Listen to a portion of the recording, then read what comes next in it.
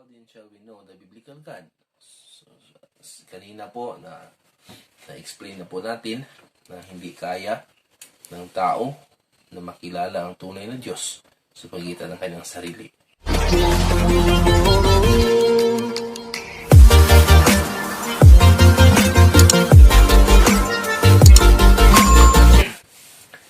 Yes, good evening po mga kaibigan, kapatid, kapamilya, kapuso. Magandang gabi po sa inyong lahat. Paul Japana po. I-share ko po sa inyo ang istorya sa relasyon about sa relasyon ng tao at ng Diyos simula una hanggang huli. So, i-share ko po sa inyo, ulitin ko po, ang relasyon, ang istorya sa relasyon ng tao at ng Diyos from A to Z. Okay po. So, unang-una po, gusto ko lang po ipaalam sa inyo na hindi po ako pastor. Okay? I-share ko lang po sa inyo dahil yung nalalaman ko po, gusto kong i-share sa inyo upang kayo man din ay makakaalam. Okay? So, hindi po natin pag-uusapan dito ang relihiyon. Kahit anong grupo ka, kahit anong sekta ka, pwede kang makinig, pwede kang manood sa isi-share ko po sa inyo ngayon. Okay? So, baka nagtaka po kayo kung bakit nakasombrero po ako, naka-jacket kasi yung kinalalagyan po namin ngayon ay masyado pong malamig dito. Grabe. Naka-pajama po kami dito, nakasuot ng medyas. Nakasombrero talaga ang ginawa po dito. Okay? So, bago po tayo magsimula, siguro sa isip nyo, unahan ko lang po kayo. Siguro may mga katanungan kayo. No? Okay, siguro sa isip nyo, tanong nyo, unang-una, pastor ba ako? Okay, so sinabi ko na kanina, hindi po ako pastor. Gusto ko lang pong i-share sa inyo yung nalalaman ko na ibinahagi din po sa akin at naunawaan ko naman po, naintindihan ko. Kaya sana po maintindihan nyo rin po dahil napaka-importante po ang pag-uusapan po natin ngayon, mga kaibigan. Okay? So, pangalawang tanong, siguro tanong sa isip nyo, magaling kaya siya? Okay? Hindi po ako magaling. Pero, magaling po ang Panginoon. Okay? So, let's start. Okay? So, pag-usapan po muna natin bago tayo sa topic o sa topiko na sa simula, no? Sa relasyon ng Diyos at ng tao. Itatanong muna natin. Okay? So, itatanong muna natin kung bakit tayo kailangan magbasa ng Bible. Okay, so unang tanong, why read the Bible? Okay, bakit kailangan natin bumasa ng Bible or bakit kailangan natin basahin ang Biblia? Okay, so sabi dito, to know the biblical God. So, kailangan natin na basahin or magbasa ng Bible upang malaman natin ang Diyos sa Biblia. Ang Diyos na sinasabi ng Biblia. Why? Bakit? So, bakit? Kailangan natin na malaman ang Diyos sa Biblia dahil gusto ng Diyos na tayo'y makaalam or gusto ng Diyos na malalaman natin siya. Gusto ng Diyos na makilala natin siya. Kaya, kailangan basahin natin ang Bible or ang Biblia. Okay? So, because He wants us to know Him. Gusto ng Panginoon, malaman natin siya through His Word sa pamamagitan ng Kanyang salita mismo at hindi sa katang-isip lamang. Okay? So, sabi po dito, no, sa Book of Jeremiah 9 verse 23 to 24. Ingon din itong basahon. Okay? So, sabi dito sa Jeremiah. Okay, verse 9. Jeremiah verse 9.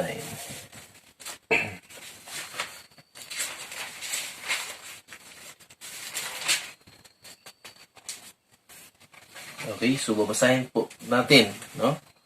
Babasahin po talaga natin. Huwag nating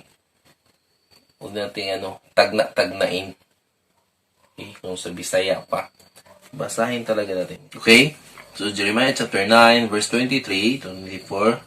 Yun din Thus saith the Lord, let not the wise man glory in his wisdom, neither let the mighty man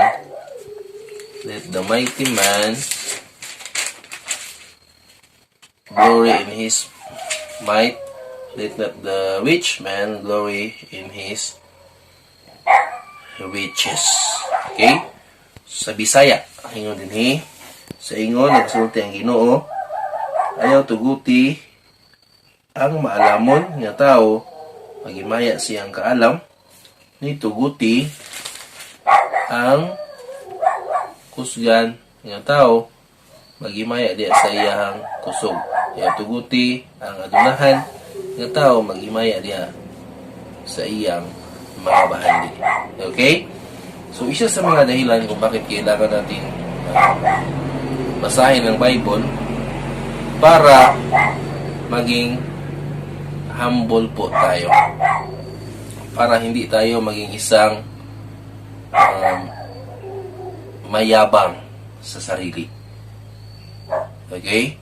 So, sabi kasi dito na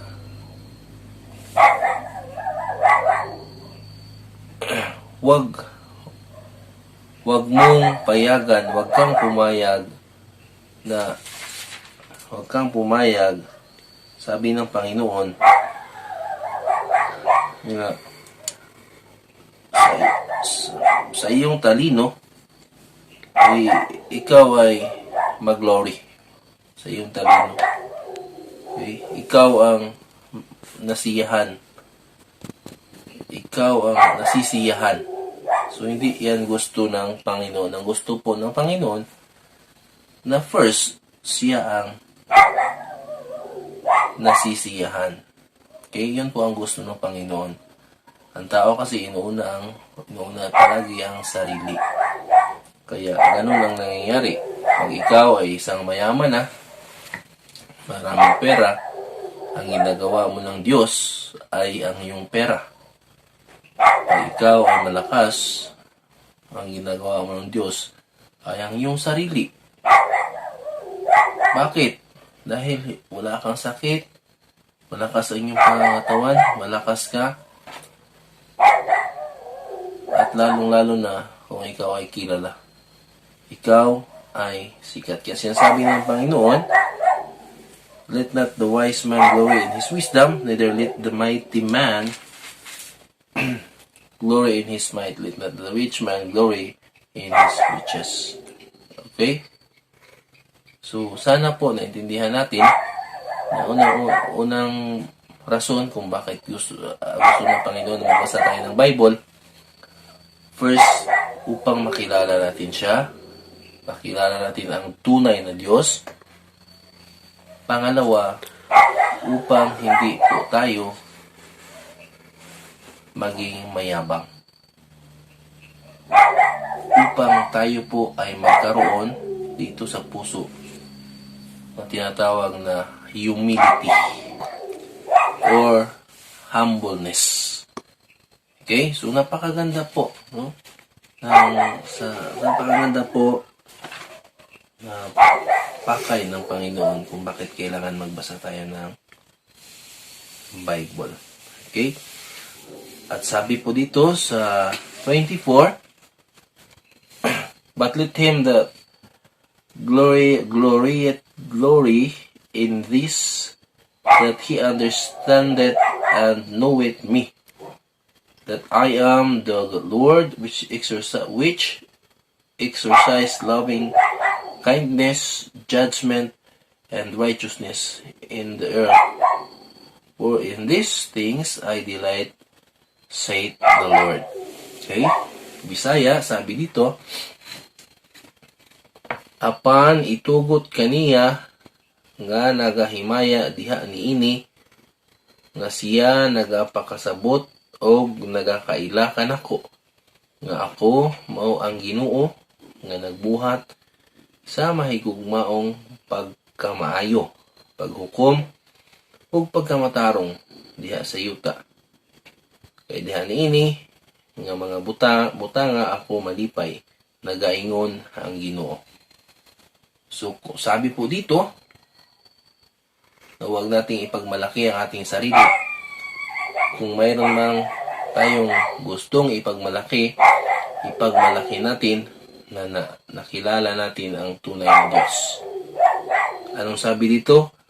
Ang Diyos na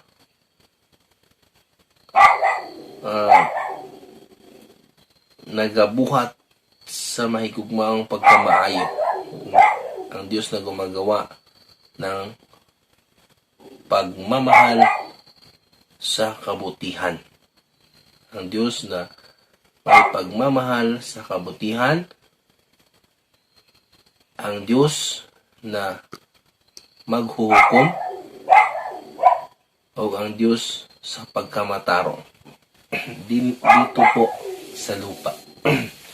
Yun po ang gusto ng Panginoon. Na makilala natin siya kung ano siya. Okay? Gusto po ng Diyos na malalaman natin siya na siya po ay love, pag-ibig, at gusto din ng Diyos na makilala at malaman natin na siya also justice. Hustisya po. Yun po ang tunay na Diyos. Yes, totoo po na ang Diyos ay pag-ibig.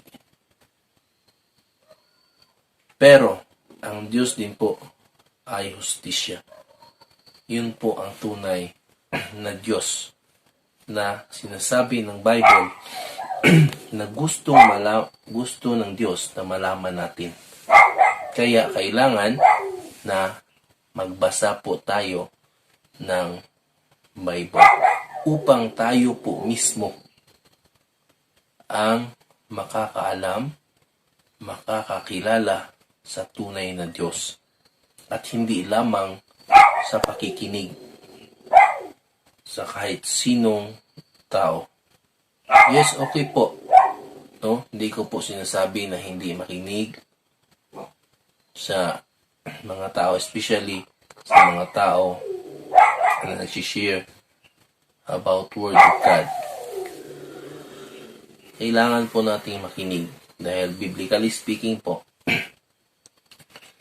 sabi po ng Bible, ang tunay na faith ay manggagaling po sa pakikinig. Yan po ang tunay na faith. Kung sa Bisaya pa, tinuod nga pagtuo. Faith cometh by hearing, and hearing by the word of God. Sa pakikinig ng salita ng Diyos. Kaya kailangan po natin talaga na makinig sa salita ng Diyos. And after that, kailangan basahin mo yung pinakinggan mo kung tama ba yung napakinggan mo. Kaya kailangan po magbasa ng Bible. Okay? Kailangan po magbasa ng Bible. Bakit? Gusto ng Diyos na malaman natin. Na malaman natin siya.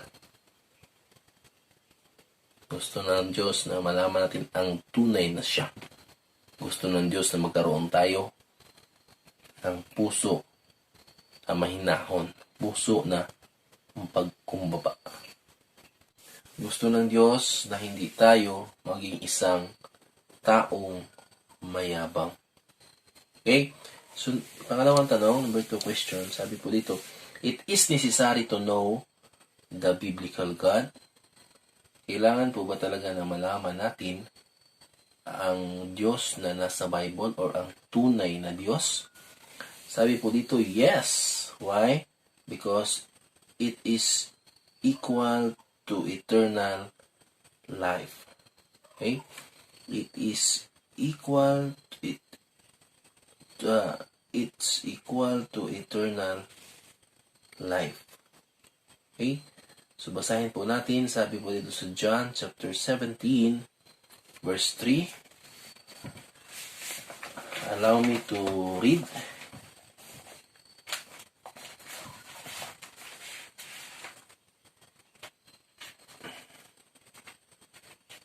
Chapter 17, verse 3. Okay? Sabi po dito, and this is life eternal, that they might know thee, the only true God, and Jesus Christ, whom thou hast sent. Okay? Bisaya, sabi ingon dinhi, ug kini mao ang kinabuhing dayon nga sila unta makaila kanimo ang bugtong tinuod nga Dios og ni Hesus Kristo kinsa imong gipadala. Yes, it is necessary to know the biblical God because it is equal to eternal life. Okay? So, kailangan po na malaman natin ang tunay na Diyos dahil equivalent po nito ay buhay na walang hanggan. Okay? So, ang pagkilala sa tunay na Diyos equivalent po sa buhay na walang hanggan. Okay, so nabasa po natin John chapter 17 verse 3. Okay, verse 3. And this is life eternal, that they might know thee, the only true God, and Jesus Christ. It's equal to eternal life. Or else, sabi po dito, kung maging matigas iyang ulo mo, iyang puso mo, na hindi kumilala sa tunay na Diyos, may kalalagyan ka. May kalalagyan po kayo or tayo na hindi kumikilala sa tunay na Diyos. Sabi po sa salita ng Diyos, hindi po galing sa akin, kundi sabi po ng Biblia. Okay, so basahin po natin. Sabi po dito sa 2 Thessalonians or 2 Thessalonica. Okay, so basahin po natin. Allow me.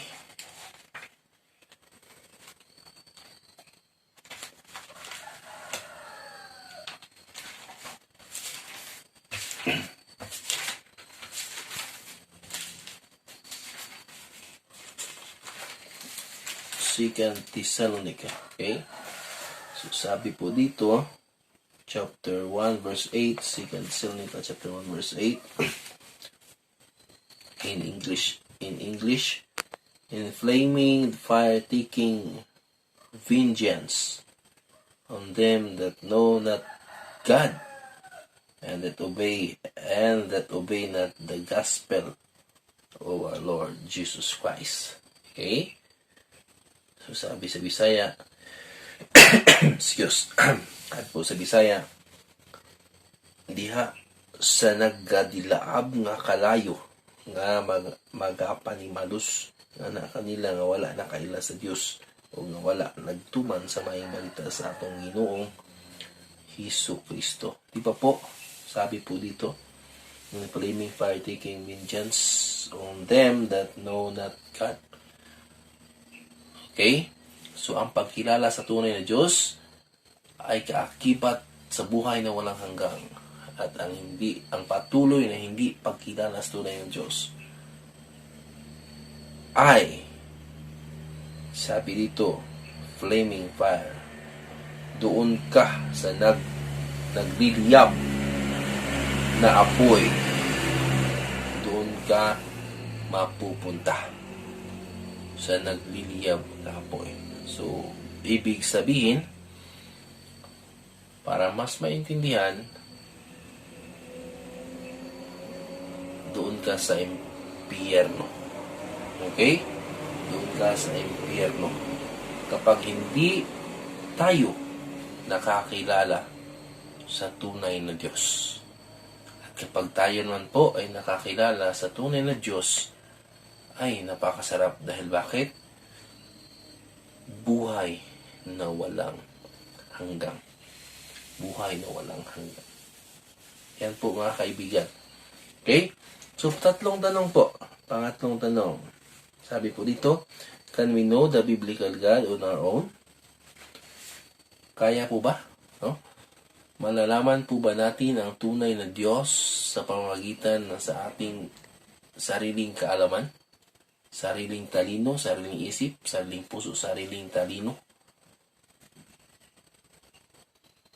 Kaya po kaya natin nakilala rin ang tunay ng Diyos. Sabi po dito,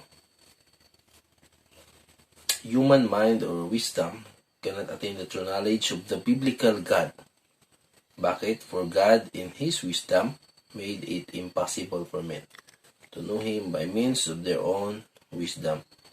Sabi po sa 1 Corinthians 1:21. Para po mas maintindihan, mas malaman natin, basahin po natin. 1 Corinthians chapter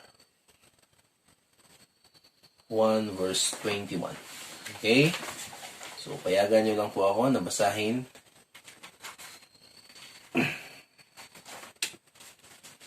Okay. 1 Corinthians chapter 1 verse 21.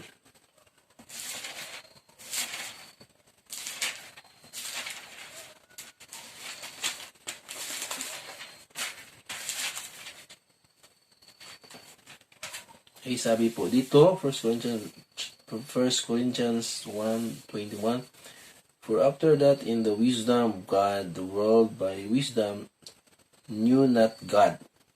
It pleased God by the foolishness of preaching to save them that believe. Okay, Bisaya. Kaya man, diya sa kaalam sa Diyos, ang kalibutan, pinagi sa kaalam, wala miila sa Diyos. Kini mapahimuot sa Dios pinagi sa pagkapinuang sa pagwali sa pagluwas kanila nga motuo. Okay? Sabi po dito, the world by wisdom knew not God. So dahil po sa talino ng sanlibutan, dahil po sa wisdom ng sanlibutan, hindi kumilala sa Diyos. Kaya po, sabi ko po sa inyo, impossible. Impossible po na malaman ng tao ang Diyos sa pamamagitan sa kanyang sarili. Bakit? Dahil hindi po pinapayagan ng Diyos na malaman ng tao siya o malaman ng tao ang Diyos sa pamamagitan ng kanyang sarili. Kaya malabo po na malalaman ng tao kung sarili niya po ang kanyang pagkakatiwalaan lamang. Okay? So pangalawa po kung bakit po hindi malalaman ng tao ang Diyos sa kanyang sarili, dahil sabi po dito John 3:31 and okay, so basahin po muna natin John 3:31.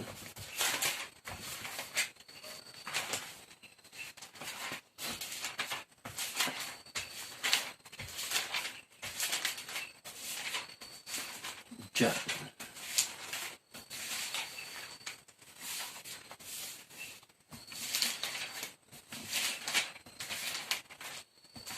Sana ba ang John? Okay. Ang nipis po kasi ng Bible ko, manipis. Parallel po kasi ito. Ay, John 3:31, sabi po dito, He that cometh from above is above all. He that is of the earth is earthly, and speaketh of the earth. He that cometh from the heaven is above all. Bisaya, siya nga nagaanhi gikan sa itaas labaw sa tanan. Siya nga iya sa yuta yutanon, og nagasulti may tungod sa yuta. Siya nga nagaanhi gikan sa langit labaw sa tanan. Okay? So isa sa mga rason po kung bakit po hindi makikilala ng tao ang tunay na Diyos sa pamamagitan ng kanyang sarili lamang, dahil ang tao po ay earthly. Earthly, bakit po earthly? Dahil dito po sila nakatira sa earth, or dito po sila galing sa earth. Kaya sabi po ng Bible, sila po ay mag-uusap earthly. Okay? Sila po mag-uusap. Tapos, ma'am. Okay, so ang tao mag-uusap makatao lang. Okay? So ibig ko pong sabihin, never po na pag-usapan ng tao ang spiritual side. Kasi ang isip po ng tao is may limit. Kahit kaano katalino ng tao, nature talaga ng tao na yung kaalaman niya po is nasa sanlibutan. Okay, sana po naintindihan. Dahil ang Panginoon po ay nasa heaven. Okay, sabi po ng Word of God, John chapter ano ba yung binasa?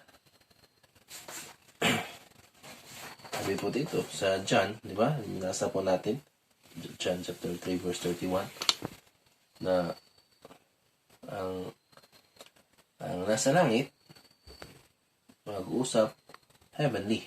Ang nasa heaven mag-usap heavenly. Ang nasa earth mag-usap earthly. Okay? So never po na i-combine yun. Heavenly, earthly. Hindi po yan pwede. Okay?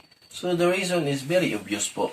Okay? Kung iintindihin po natin ang rason po kung bakit po na hindi natin malalaman ang tunay na Diyos kung tayo-tayo lang, very obvious.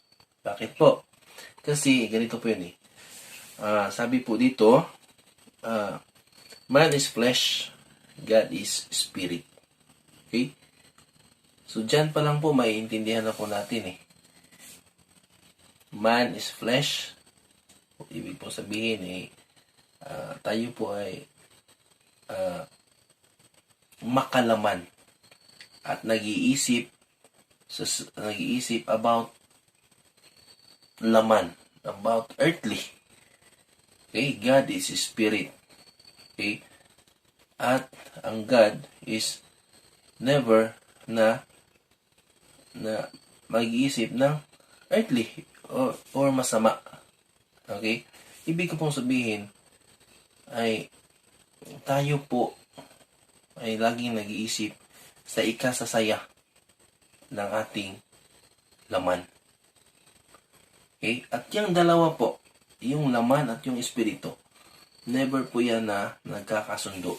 Dahil ang gusto po ng spirit, kabutihan, ang gusto po ng laman, is yung kasiyahan sa sanlibutan. Okay? So man is flesh and God is spirit. Okay? So, pangapat po na tanong. Sabi po dito, what if we insist on relying on our own mind? What if we insist? Paano po kung talagang i-insist po natin, ipipilit po natin na kilalanin ang tunay na Diyos sa pamamagitan ng ating talino, sa pamamagitan ng ating sarili lamang, dahil tayo po ay magaling, tayo po ay matalino. Sabi po dito, what if we insist? Ano po kaya ang mangyayari? Okay, sabi po to insist, sabi po dito, to insist on conceiving or imagining God is dangerous. Yes, delikado po talaga kung papayagan po natin yung flesh o yung laman po natin, yung sarili natin na kilalanin ng Panginoon sa sarili lang natin. Bakit? Marami pong Diyos. Sinabi ko na po kanina, marami pong Diyos. I mean, isa lang ang Diyos, pero marami pong kinikilala ang tao na Diyos. Totoo po. Bakit? Una-una po, ano ba ang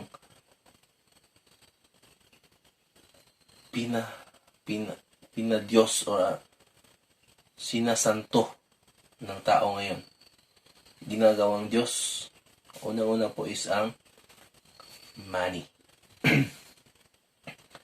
Pira po. Yan po ang unang-una na naging Diyos ng tao. Alam niyo kung bakit? Ang tao po kayang pumatay dahil lamang po sa pera. Kayang pumatay para sa pera. Kayang magpakamatay para sa pera. Yan po, grabe yung impluensya po ng pera ngayon. Hindi ko po sinasabi na masama po ang pera. Maging masama lamang po siya kung sinasanto na po natin. Ginagawa na po nating Diyos.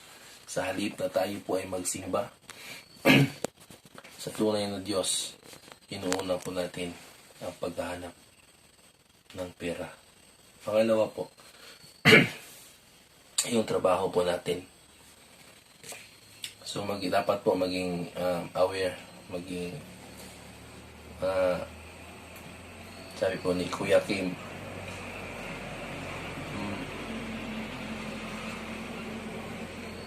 matang lawin, no? Mapagmatyag, maging vigilant po tayo. Okay? Maging wise po tayo. Yung work po natin, isa po yan na dinodiyos po natin. Makalimutan na natin lahat. Makalimutan na natin ang Panginoon dahil sa trabaho po natin. Sa araw po sa araw po na para sa Diyos, sa isip mo okay lang na malate. Pero sa araw po ng iyong trabaho, matatakot ka na ikaw ay malate. So kung makikita po natin, mas naging importante po ang trabaho kaysa tunay na Diyos. Kaya po sinasabi ko po sa inyo na maraming ginagawang Diyos ang tao sa mundo. Kaya delikado po na payagan po natin ang ating sarili na tuklasin sa pamagitan ng ating sariling kaalaman lamang. Tuklasin ang tunay na Diyos. Okay po. Dahil sabi po dito sa Proverbs 14:12, there is a way that some think right, but it leads in the end to death. Kung sa Bisaya pa, yun din naidalan nga usahay, gituhuan na to katama. Pero, mao kanay nakatultol kanimo, naghatod kanimo dito sa kamatayon. May daang sa paningin ng tao ay may daan na tama, pero ang dulo nito ay kamatayan. Excuse. Ang dulo nito ay kamatayan. At marami pong pwede tayong i-example dyan. Maging maingat po tayo. Dahil ang gusto po ng tao, ang gusto po natin ay maging komportable po tayo. Okay? Maging komportable po tayo. Hindi tayo gusto na dumaan sa daan na makipot, sa daan na mahirap. Gusto natin na dumaan sa maluwag, komportable na daan. Ang sabi po ng Bible, may daan sa paningin ng tao ay may daang matuwid. Ngunit ang dulo nito ay kamatayan. Sabi po ng John 14:6, sabi po ni Jesus Christ, siya lamang po ang daan. Sabi niya po, Jesus said, I am the way, the truth, and the life. And no man cometh unto the Father but by me. Yun po ang sabi ng Panginoon Jesus. Siya po ang daan at hindi po ang daan nasa paningin lang natin. Kundi yung daan na sinasabi po ng Diyos. Okay po? Okay, kaya sabi po dito, this is winawarningan po tayo ng Panginoon. Sabi po dito, para maging sigurado po yung buhay natin, maging sigurado po yung pamilya natin, maging sigurado po yung sarili natin. Huwag tayong magtiwala sa tao. Hindi ko sinasabi na huwag mo nang pagkatiwalaan yung kaibigan mo, huwag mo nang pagkatiwalaan yung pamilya mo dahil sila po ay tao. Ibig ko pong sabihin na kung mayroon man tayong bigyan ng 100% ng pagtitiwala ay yung Panginoon. 100% ng pagtitiwala ay yung salita ng Panginoon. Basahin po natin mga kaibigan. Sabi po dito, Proverbs 3:5. Sabi po dito, basahin po natin. No? Proverbs 3:5 po.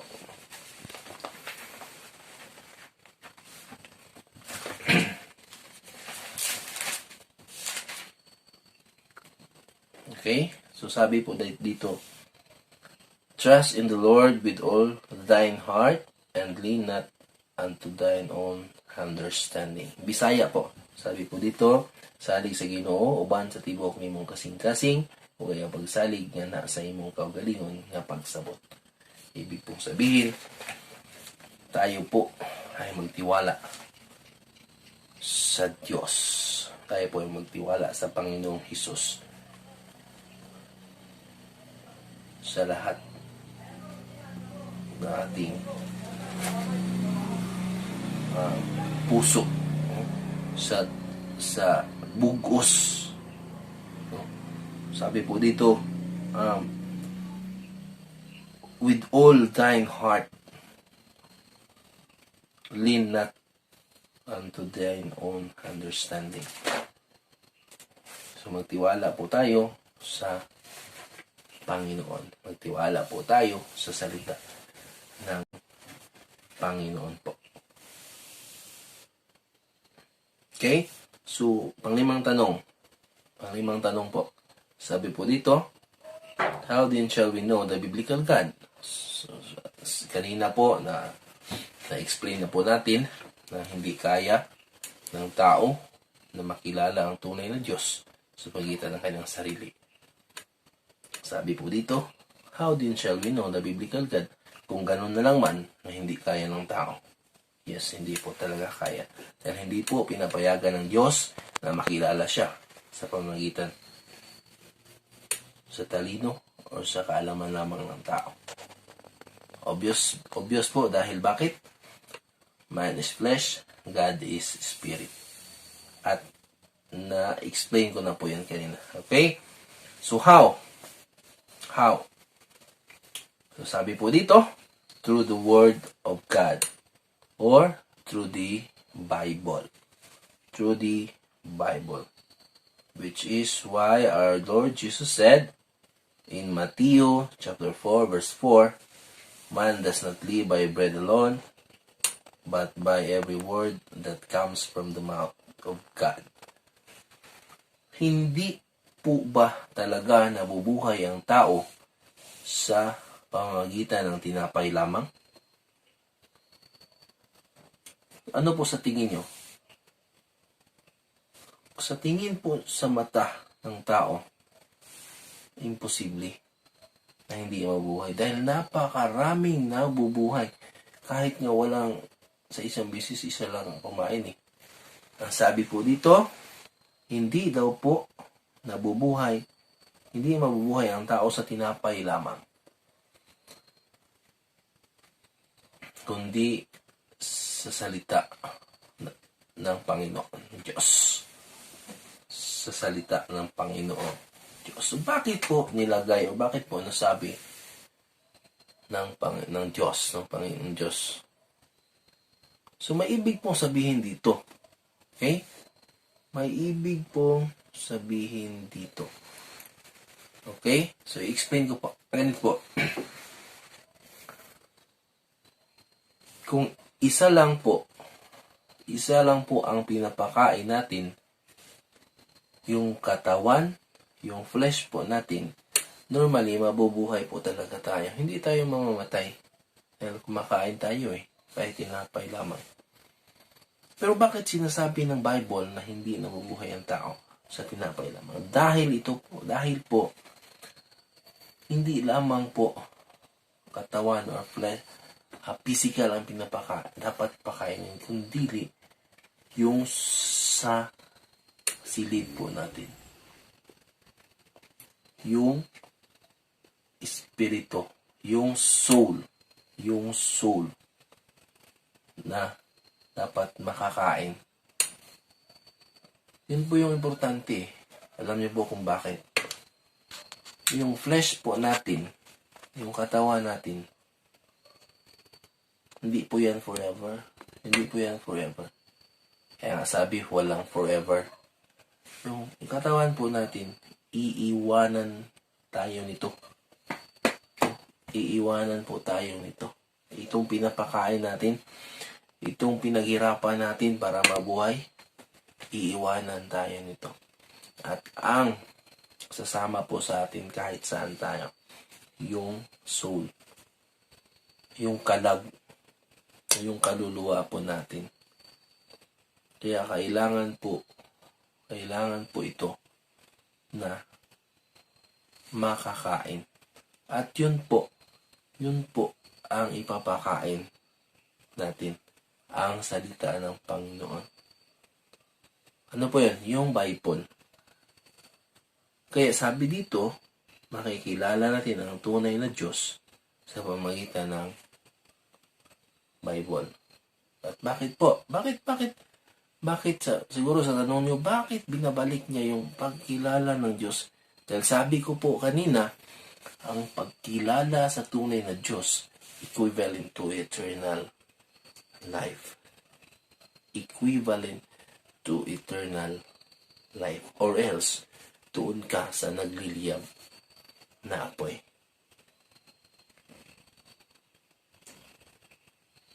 Okay? So, bakit po? Siguro sa tanong nyo, bakit ang Bible, ang solusyon, ang Bible, sa pamamagitan ng Bible, makikilala natin ang Panginoon? Okay? Bakit sa pamamagitan ng Bible, makikilala po natin ang Panginoon? Okay, dahil sabi po sa kanyang salita in Psalms chapter 119, verse 105, sabi po dito, It is because your word is a lamp to my feet and a light for my path. Okay? Your word, Bible, is a lamp to my feet. Ilaw sa aking mga paa, sa ating mga paa. At sabi po dito, and a light for my path. A light for my path. Naging liwanag sa ating daan. Kaya ito pong Word of God, ito pong Bible, ito po yung magdadala sa iyo sa tunay na daan, sa tamang daan. Ito po yung mag-guide sa atin sa tunay na daan. Kaya napaka-importante po na magbasa ng Bible. Okay po? So, let's start na po. Medyo mahaba po yung introduction natin, ano? Okay? So, nalaman na po natin kung bakit kailangan magbasa po natin ng Bible. Okay? So, sa topic na po tayo ngayon na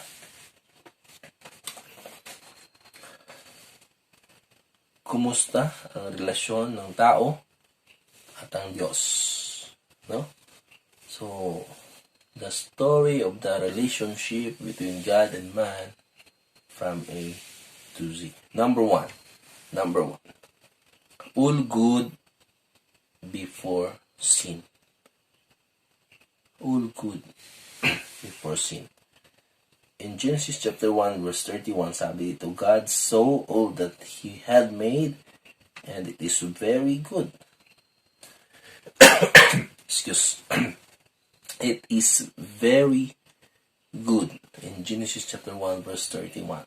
So, ibig pong sabihin, lahat po ng ginawa ng Diyos ay mabuti. Ay mabuti. So, before sin, so wala pa po ang kasalanan, lahat po ay mabuti. Lahat po ay good. Number 2, sabi po dito, after separation po, no?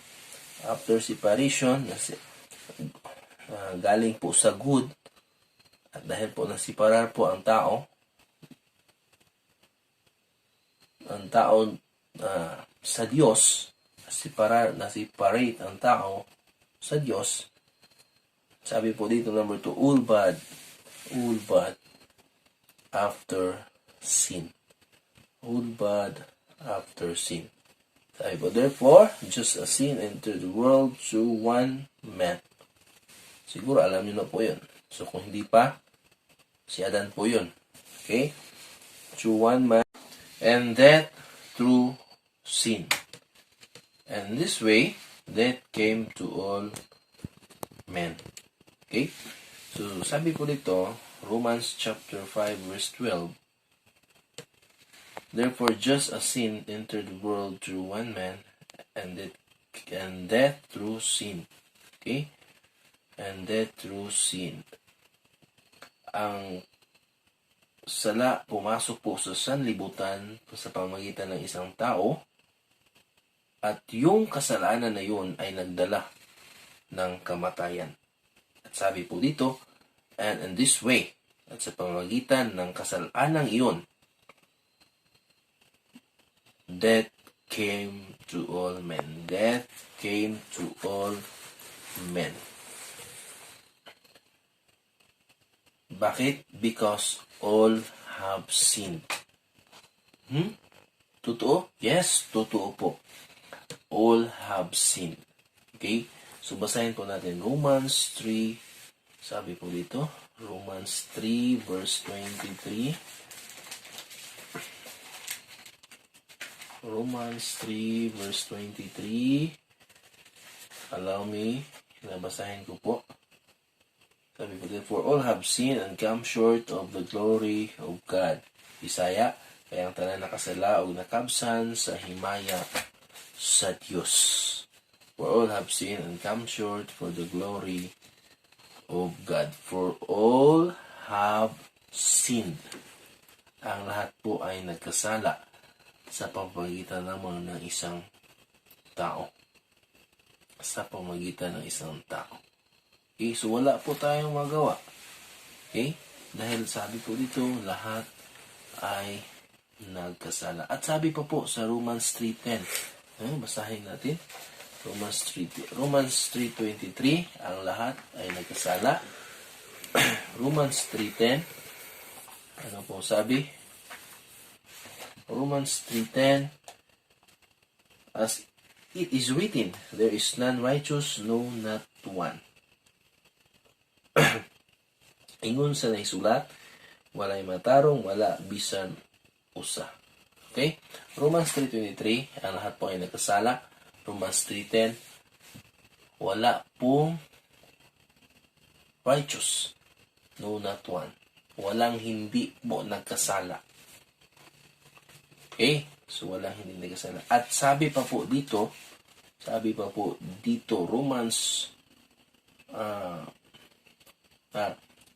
First John 1:8-10. Okay? So, basahin natin. Romans chapter 1 verse 8-10. Okay? First John 1:8-10. Okay? Sabi po dito, if we say that we have no sin, we deceive ourselves, and the truth is not in us. So lahat po tayo ay mga scammer. The truth is not in us if we say that we have no sin. Kung sabihin po natin na wala tayong kasalanan, we deceive ourselves. Sabi dito sa Bisaya, kung kita mag-iyon na kita walay sala, kita naglimbong sa atong in verse 9, kung kita in verse 9, kung kita magsugid sa atong mga sala, ingon nga matinumanon o matarong sa pagpasaylo kanato sa atong mga sala o sa paghino kanato gikan sa atong mga pagkadili, matarong. If we confess our sins, He is faithful and just to forgive us our sins. In verse 10, if we say that we have not sinned, we make Him a liar, and His word is not in us. Okay? Yan po ang sabi ng Word of God. Kung kita mag-ingon na kita wala nakasala, kita naghimo kaniya nga usa ka pakakon. Okay? So, maingon daw atay sala, atong gipakaba. If we say, kung sabihin po natin na wala tayong kasalanan, ini-scam po natin yung sarili natin. Trigo. Ginagawa po natin sinungaling yung sarili natin. At kung sinasabi pa natin na wala tayong kasalanan, ginagawa natin sinungaling ang Panginoon. Yan po. Yan po ang patunay na lahat po tayo ay nagkasala. At yan po ang patunay na lahat po tayo ay naging makasalanan. Lahat po tayo ay naging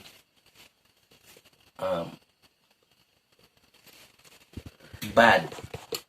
Naging bad sa mata sa pananaw sa mata ng Panginoon. Naging masama po tayo sa mata ng Panginoon. Now, ano po ang naging resulta sa kasalanan ng tao doon sa Diyos? Sa pananaw ng Diyos, ano po ang naging resulta? Okay? So, in number 3, result man's condition through God's not man's view. Okay? So, remember Isaiah 55, 8-9. Take note, Isaiah 55, 8-9. No?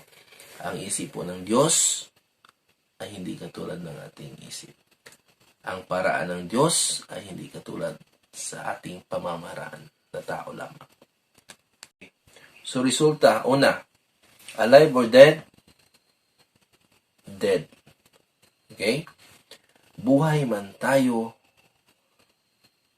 o patay sa paningin ng tao, tayo po ay patay. Bakit?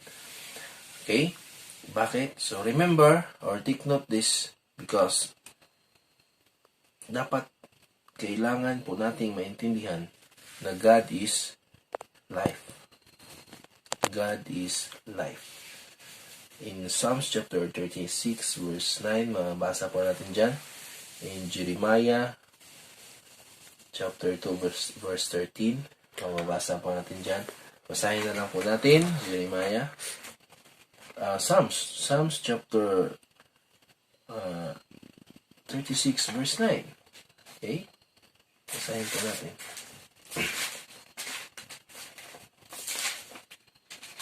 Okay, Psalms chapter verse 36 verse 9, sabi po dito, For with thee is the fountain of life, in thy light shall we see light. Sa Bisaya, kay uban kanimo ana ang tuburan sa kinabuhi. Diha sa imong kahayag kami makakita og kahayag. Fountain of life. Okay? So, God is life. So, basahin naman po natin sa Jeremiah. Okay? Proof po ito na ang Diyos po ay life, buhay. Jeremiah chapter 2, verse 13.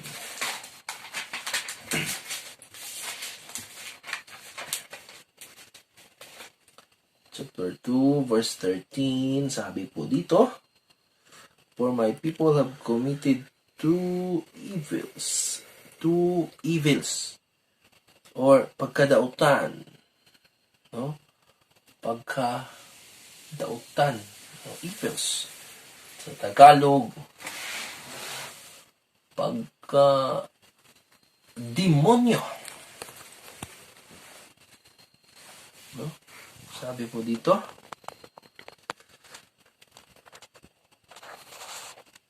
they have forsaken me, the fountain of living waters, and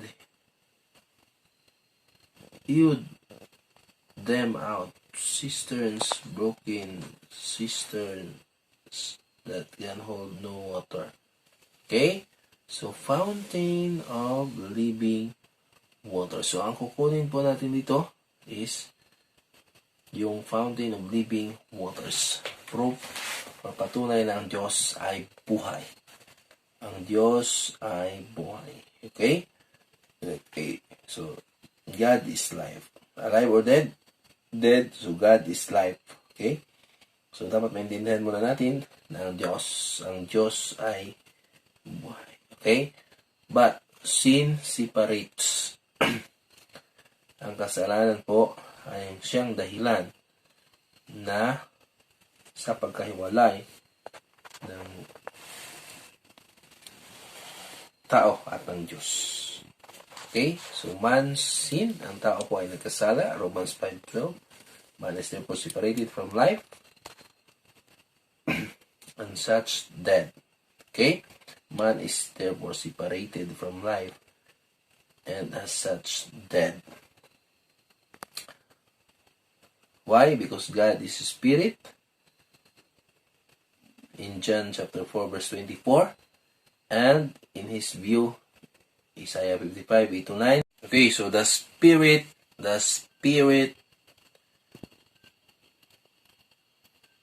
not flesh, is true life. Okay, so the spirit, not flesh, is true life. So God is spirit, John 4:24, di ba? So, ibig pong sabihin, to be alive or dead in God's view means to be, okay, ulitin ko po. To be alive or dead in God's view in God's view, means to be spiritually alive or dead. Okay? In man's view,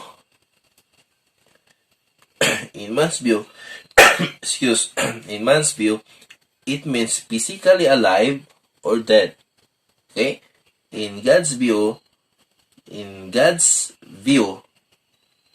means to be spiritually alive or dead. In man's view, it means physically alive or dead. Yun po yung pinagkaiba sa pananaw ng Diyos at sa pananaw po ng tao.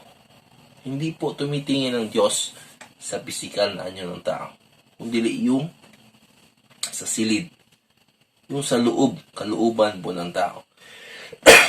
Excuse. So, this man's condition because means physically alive or dead. This man's condition because of sin is, okay, in God's view, spiritually dead, so physically alive. Okay? In God's view, spiritually dead, though physically alive. Ibig po sabihin, kaya po, una, alive or dead, in God's view, physically alive but spiritually dead. Because God is spirit and man is flesh. Okay? Kaya sa paningin ng tao, buhay siya. Pero sa paningin po ng Diyos, patay. Dahil po sa kasalanan. Okay. So, pagpatuloy po natin. Pangalawa, right or wrong? Wrong. Man's view says there are good and bad people in the world. Tama po ba? Man says there are good and bad people in the world. Yes, tama po yun sa pananaw, sa pag-intindi ng tao. But, regardless good or bad, all have sinned, and as such have fallen short of the glory or perfect standard of God. Romans 3:23. Romans 5:12. Yun po yung mga binasa natin kanina. 1 John 1:8 and 10. So, God's view says, there is none righteous, no, not one. In Romans 3:10. Yun po yung binasa natin kanina. Kaya, right or wrong, in God's view, wrong. Tama man o mali, mali pa rin. Tama man ang ginagawa ng tao, pero sa paningin ng tao, ay mali pa rin.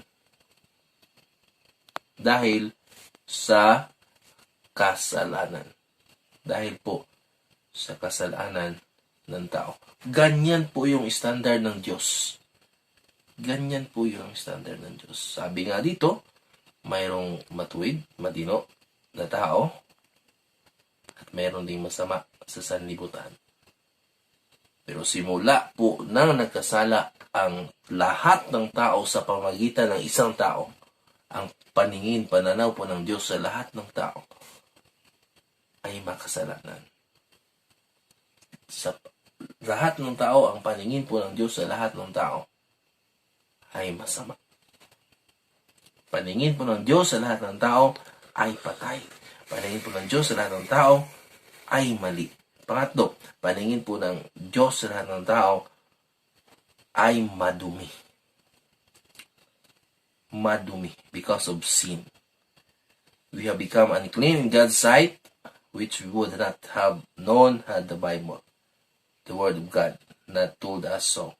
Such as when Isaiah saw the Lord of God, his first reaction was, "Woe to me, I am a man of unclean lips." Isaiah 6:1-7, mababasa po natin dyan. Also, the high priest Joshua was dressed in filthy clothes.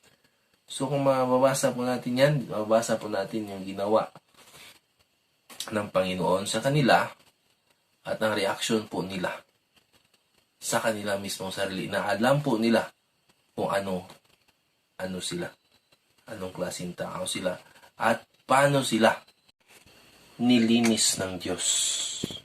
Okay? So, pangapat, in the spirit or in the flesh, in the flesh, kayo po ay makalaman. No? God said, "My spirit shall not strive with man forever, for he is indeed flesh." So, hindi po talaga, no? Ang Diyos po ay hindi pinapayagan na ang tao ay basahin po natin Genesis 6.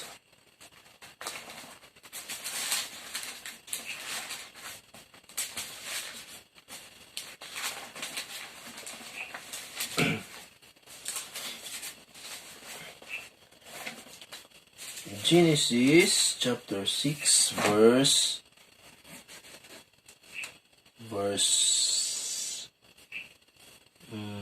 3. Sabi po dito. Okay, basahin ko po, allow me. "And the Lord said, My spirit shall not always strive with man, for that he also is flesh, but that he also is flesh, yet his days shall be 120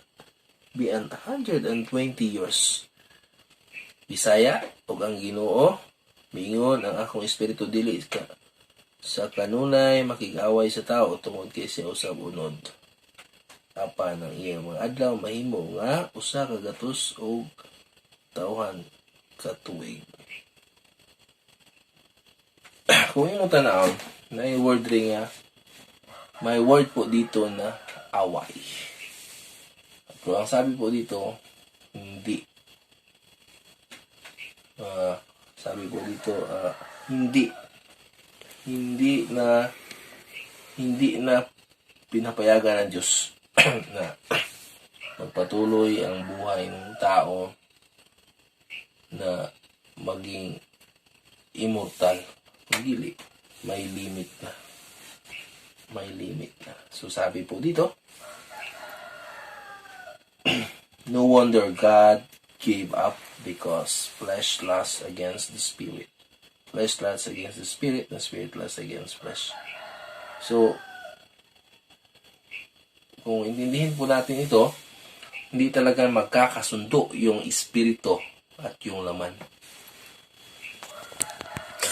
Kaya, maintindihan natin or makikita natin na magkalaban talaga ang espiritu at ang laman. Kaya, ang ginawa ng Panginoon, may limit na, may taning na ang buhay. O ang buhay ang tao.